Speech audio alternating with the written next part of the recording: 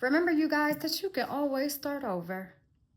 There is no box that you can put the spiritual realm in. There is no form or fashion that it can be blocked in. The spirit doesn't have a barrier. It transforms and it produces expansion. And expansion can be very healing if you allow it, if you believe in it.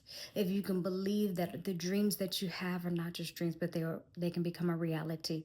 That is the energetic vibration that you have to have. You have to carry it and focus on the mark. I don't miss my mark. I don't miss it. I may be construed by the distractions, but I never miss my target and I never miss my mark. I have to be obedient unto this thing. Obedience is better than a sacrificial type of thing.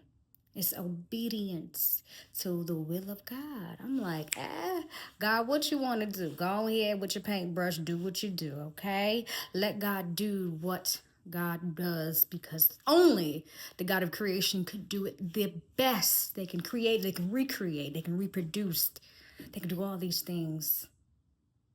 It's about your willingness to not give up in the trauma and the trials and the tribulations and the emotional topsy-turvies. You must not give up, because you are not your emotions, but rather you are the evolution of your emotions. Please remember that. Continue to work on yourself, evolve, heal, and grow. It's about family. It's about healing. Who haven't you talked to? What cousin have you cut off?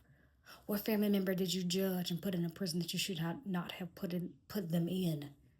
What cycles and habits and family members that you keep going around that continue to hurt you? Go to another family member, seek a connection, and learn from them. Build. You must build what the kingdom looks like. You cannot surround yourself in dysfunction, because if you have dysfunctionality, your reality becomes dysfunctional. You know how to function and operate in love. And you must set your boundaries, because God is going to bring something new to you, but it's going to be from that family member that you're not talking to. That was a test from the angels. Did you pass the test? Anything can it can affect a relationship. Anything can, but there is nothing that can separate love, agape love, godly love, from entering into a relationship that was once broken, and the pieces can be molded together to make manifest something new. Please, the people you came into this journey with, the people, your family, your DNA bloodline, please get back with them. They have something that you need, and you have something that they need. You don't have to keep going with this cycle of the family members you think, the successful ones that you think, or the ones that look the part in the limelight. That's the world. Yeah, of course, they look successful in the world, but the spiritual realm and the spiritual principles do not operate as such. It is to the weary and the broken-hearted that we arrive to. That is the message.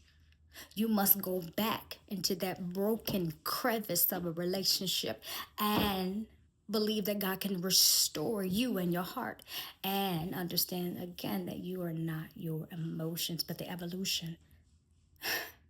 Once you start restoring these broken pieces, baby, that puzzle's gonna look mighty. And you don't have to ask yourself, why is this not working? Oh, why is this not working? Why is this not working? Because all those pieces that God gave you in the journey must come along with you.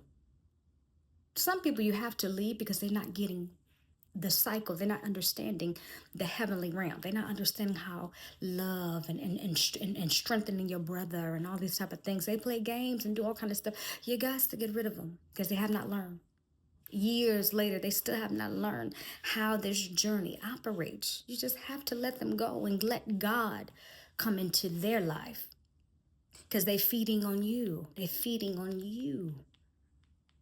And they're not feeding on your dreams. They're feeding on your energy.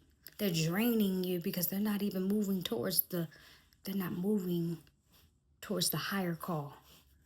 They want to be the head honcho of their life. They want to make the shots, and then they want people to look up to them as if they are the final authority. I come to tell you, you're going to have to slice that relationship.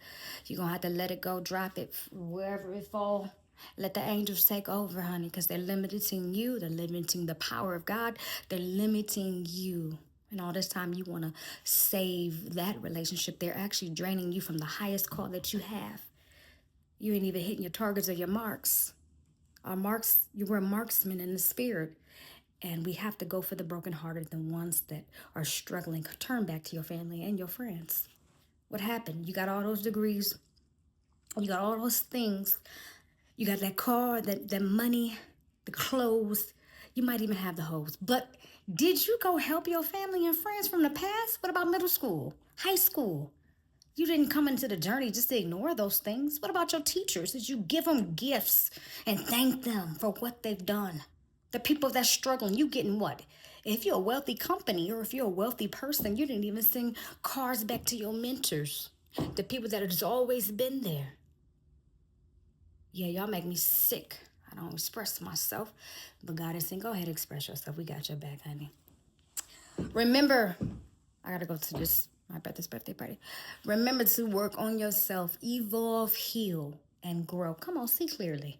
You're not of the world, you are of a higher calling. We're ambassadors. Where is your badge at? You're not even wearing your title right. Ugh, peace.